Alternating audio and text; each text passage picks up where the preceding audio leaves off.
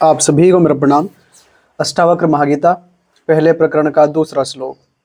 मुक्तिं मिच्छसि चेत्तात विषयान् विस्वत्यज अक्ष्मार्जव दयातोषम सत्यम पीयूषोद्भज। पहले श्लोक में राजा जनक जब ऋषि अष्टावक्र से पूछते हैं कि मुक्ति कैसे हो, वैराग्य कैसे हो, ज्ञान कैसे प्राप्त हो, मेरी ये जिज्ञासा है, इसे शांत कीजिए, मुझे बताइए कि आखिर मुझे करना क्या है।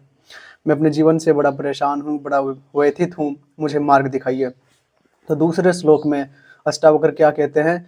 मुक्ति मिच्छसि चेत्तात विषयान विस्वत्यज, कि हे प्रिय, यदि तू मुक्ति चाहता है तो विषयों को, काम क्रोध लोभ मोह अहंकार, इन सभी को विष के समान त्याग दे और अक्षमा आर्जव दया तोषम सत्यम पीयूषवत भज। और अक्षमा सरलता, दया, संतोष और सत्य का अमृत के समान सेवन कर। उनको विष आखिर क्यों कहा गया है? काम क्रोध लोभ मोह अहंकार को आखिर विष क्यों कहा गया है? क्योंकि जब भी हम इन सब चीज़ों से पीड़ित होते हैं, जब भी आपने देखा होगा हमारी वृत्तियां हम पर हावी होती हैं, तो हम अपने आप पर नियंत्रण नहीं रख पाते। हमारी वृत्तियां ही हमारे जीवन को जैसे संचालित करती है उस पल में।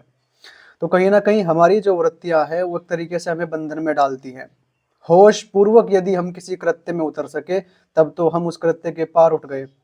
लेकिन जब हम अज्ञान में किसी भी कृत्य में उतरते हैं, जब हमारी वृत्तियों के माध्यम से हम संचालित होते हैं, तो कहीं ना कहीं हम बंधन में रहते हैं।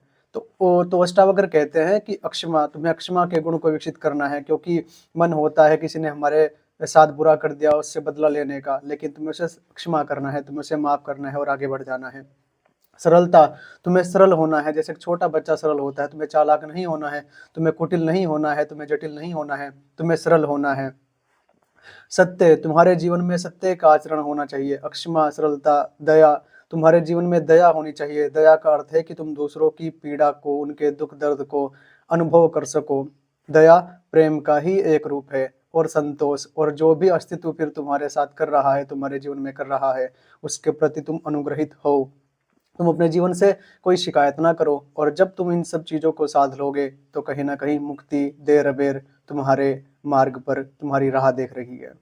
आप सभी को मेरा प्रणाम। बहुत बहुत धन्यवाद आपका।